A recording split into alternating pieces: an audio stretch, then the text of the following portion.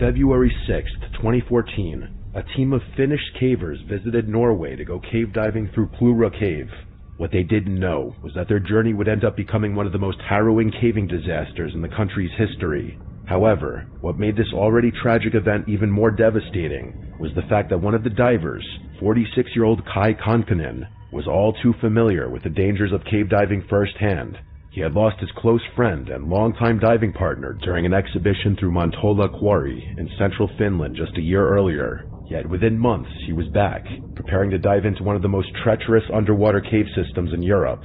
This time, he was joined by 4 other elite divers, including 42-year-old Patrick Bronfist, 40-year-old Jari Huotarinen, 34-year-old Jari Usamaki, and the youngest, 33-year-old Vesa Rantanen. The plan was to enter through the submerged opening in the Plura River and exit through a second entrance. But pulling it off successfully wasn't going to be that simple, largely since Plura is the deepest known cave in northern Europe. The connection between the 2 entrances was also discovered only recently, so there wasn't much information on how to navigate it successfully either. This newly discovered route descended over 130 meters into pitch-black icy water, with brutal cold and tight squeezes, further adding to its extreme difficulty. Even if everything went according to plan, the dive would have still taken 5 hours to complete, and in such brutal, unpredictable conditions, the margin for error was nearly zero. Any deviation from the carefully planned route, equipment failure, or a single tear in a dry suit meant a slow, freezing death. With all this in mind, the group went to the starting location on the 6th of February and cut a triangular hole in the ice to start their descent. But instead of diving all at once, the team split into 2 groups. Jari H. and Patrick went first, using underwater scooters to conserve energy, and the other 3 followed 2 hours later, giving the sediment time to settle for clearer visibility. This was a crucial precaution, since sunlight barely penetrated more than a few meters into the cave, so any loss in visibility could have proved fatal. Fortunately, things started off on the right note. After descending 34 meters over the first 500 meters, the divers eventually reached a partially flooded, air-filled chamber that was over 250 meters long, giving them a brief resting point before the steep and challenging descent ahead. But surprisingly, they encountered little resistance on their way to the deepest section of the Plura Cave, and for a brief moment, they allowed themselves to believe the entire mission might actually be this effortless. Unfortunately, they couldn't have been more wrong, something they came to realize after reaching a shockingly narrow section of the cave with a sharp turn. A fully geared diver could barely squeeze through, but at this point, forward was the only way out, so Patrick decided to go first. However, as he was thinking of how he could navigate the turn, Jari H's flashlight suddenly went out, and then began flashing quickly. As Patrick turned back to see what was going on, he saw Jari begging for help. One of his bailout cylinders had gotten caught in the surrounding environment, preventing him from moving forward. Even worse was the fact that he was panicking, which at that depth is practically a death sentence. Patrick tried to calm him down, but there wasn't much he could do in that situation. The space was too tight, and one wrong move could rupture the suit or damage his gear, so he decided to focus on the core issue at hand. He let go of his scooter and carefully swam back to shift the bailout cylinder a few meters forward, helping Jari free himself. But when he swam back to check on him, the situation had spiraled into something far worse. Yari's breathing regulator was somehow out of his mouth. Patrick put it back in as quickly as he could. Unfortunately, it was already too late. Yari's lungs were already full of water, ending his life in the process. With his friend's lifeless body floating in front of him, Patrick wanted to scream, but he couldn't. He had to stay calm, otherwise he was going to become the next victim of Plura's cold, indifferent depths. After taking some time to collect himself, Patrick checked his dive computer to see how long he'd have to stay submerged to avoid decompression sickness, and to his horror, it flashed 400 minutes. This was a haunting increase from the 120 minutes he saw earlier. What was supposed to be a 5-hour dive was now going to take as much as 9, and staying there any longer would only increase this time even further. So with no other option, Patrick turned away from his friend's body and began to swim towards the second entrance, now with no one else to keep him company. What he failed to realize was the second team was heading straight into the nightmare he'd left behind.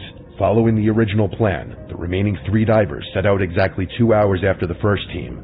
But as they descended to the deepest section, Vesa heard a distress signal coming from someone's diving equipment. Fearing the worst, he swam toward the sound, only to be greeted by the very outcome he was dreading. he saw his friend Yari's lifeless body blocking the narrow tunnel ahead. It was too much for him to even look at. Unfortunately, the narrow passage gave him no other choice. If he wanted to move forward, he had to face it head on. Now, he could have turned back, but that meant spending up to 12 hours underwater, with no guarantee their oxygen would last that long. Meanwhile, Yari Yu, who was just behind Vesa, came face to face with the same tragic situation. But unlike Vesa, he lost his composure almost immediately and began to panic. Kai, the last diver on their team, tried to calm Yuri Yu down, but it didn't work. Panic underwater turned lethal in minutes. His breathing became extremely erratic, eventually resulting in Plura claiming the life of Yari Usamaki as well. Kai rushed to inform Vesa about what happened, only to find him violently kicking, trying to squeeze past Yari H's body. He urged Vesa to stop and turn back, but Vesa refused. With no other choice, Kai decided to go back the way he came, alone. By this point, he was convinced that Vesa would also die just like the others. But by some miracle, Vesa managed to make it through not long after Kai turned back. At this point, 3 survivors were swimming alone, each believing he was the only one who made it out alive. Patrick and Vesa were heading toward the Stein Uglaflaglet drive chamber, while Kai was slowly making his way back to the Plura entrance. And after 8.5 hours in the water, Patrick was the first one to reach the surface around 9 p.m., with Vesa emerging just an hour later. On the other side of the cave, Kai broke through the thin ice covering the pond's entrance at around 1:30 a.m., and he dragged himself into the van they all originally came in. He didn't know if Patrick or Vesa were still alive, but he held on to hope and began waiting for them to arrive. Fortunately, he didn't have to wait long. The two reached the van around 2 a.m., marking the end of their horrific journey through the underwater cave. But as terrifying as Plura was, it was far from the only cave to test the limits of human endurance. The Veryovkanut Cave Incident. Just 4 years later, a descent into the world's deepest cave would also turn into a horrifying struggle to stay alive. One that made Plura look almost merciful. Veryovkanut Cave, hidden deep in the mountains of Abkhazia, plunges over 2,200 meters into the earth, and fewer people have reached its bottom than have ever been to space. So in September 2018, a team of Russian cavers led by Pavel Demidov decided to face this challenge head-on for a second time, because as it turns out, they had already accomplished this feat just months earlier, when they not only reached the cave's bottom, but also measured its record-breaking depth. The only difference was that this time, they were joined by 2 new faces. British cave photographer Robbie Schoen and his assistant Jeff Wade. They had 2 goals: photograph the cave's extraordinary terrain, and also collect samples of possibly new species of shrimp and scorpion, both of which would help them study how life was able to sustain itself somewhere with absolutely no sunlight. But exploring this cave required an extensive amount of preparation. Each caver had to haul over 30 kilograms, or about 66 pounds of gear, while being wrapped in layers of thermal clothing to survive the cold. And the descent was just as brutal. To enter, they had to lower themselves through a narrow vertical shaft that dropped 32 meters straight down. And that was the easiest part, because the only way down from there was through thousands of meters of narrow, twisting tunnels. Reaching just the first camp, 600 meters deep, took around 8 hours. Fortunately, this was also their first rest stop.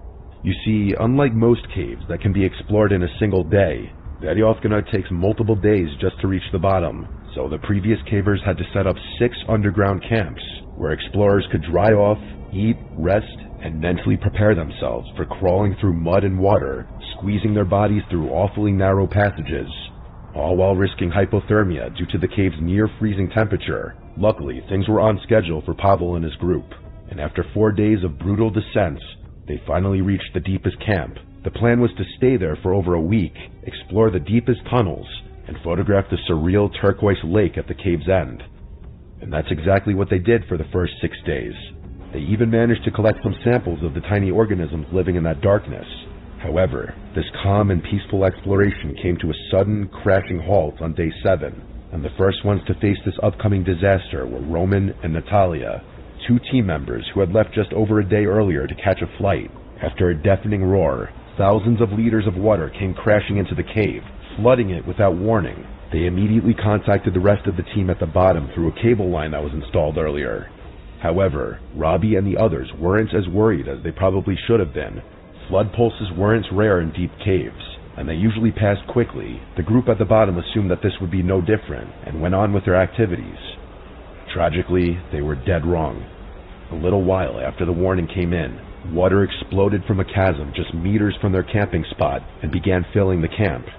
They prayed for it to stop, but it didn't. By the time they realized the true gravity of the situation, the water level was already dangerously high. They had waited too long, and now the entire chamber was about to end up underwater. But just when it seemed all hope was lost, Robbie sprang into action and quickly suited up in his caving gear. He then clipped himself to the rope leading out of the cave and started climbing. However, this climb was going to be a lot more difficult than he'd imagined. Water was beginning to fill up the routes they took during their descents. Facing impossible odds, Robbie clenched his jaw and pushed forward, ready to take on whatever lay ahead. The water pressure was strong enough to make it a struggle just to breathe, but he endured. He knew that he was in the lead, and if he failed here, everyone behind him might get trapped. After hours of struggle, he finally reached a relatively dry section of the cave where the water had diverted down a different path. He also found an anchor point, and for the first time in what likely felt like an eternity, he was able to get some rest. He was also able to breathe a sigh of relief when, just a few minutes later, Wade appeared there as well. Turns out, he'd been following just behind Robbie the entire time. However, while they were relieved to see each other alive, neither had any idea if the Russians had made it out. In any case, there was no time to wait. The water level was still rising, and if they waited for the rest of the group, they'd be trapped again. After several more hours of a slow and excruciatingly difficult climb through near-freezing water, Robbie and Wade managed to reach the camp at 1,900 meters deep. Then, 15 minutes later, they saw headlamps flicker in the distance, and to their surprise, the remaining 5 Russian cavers emerged from the darkness. They all had barely made it through as well. However, this was no time for happy reunions. Fortunately, after 20 long hours in the camp, they noticed the water starting to recede. This was the signal they needed to ascend their climb and finally reach the surface after 4 more days of walking and climbing. They had survived the impossible, escaping from a cave that could have just as easily become their tomb.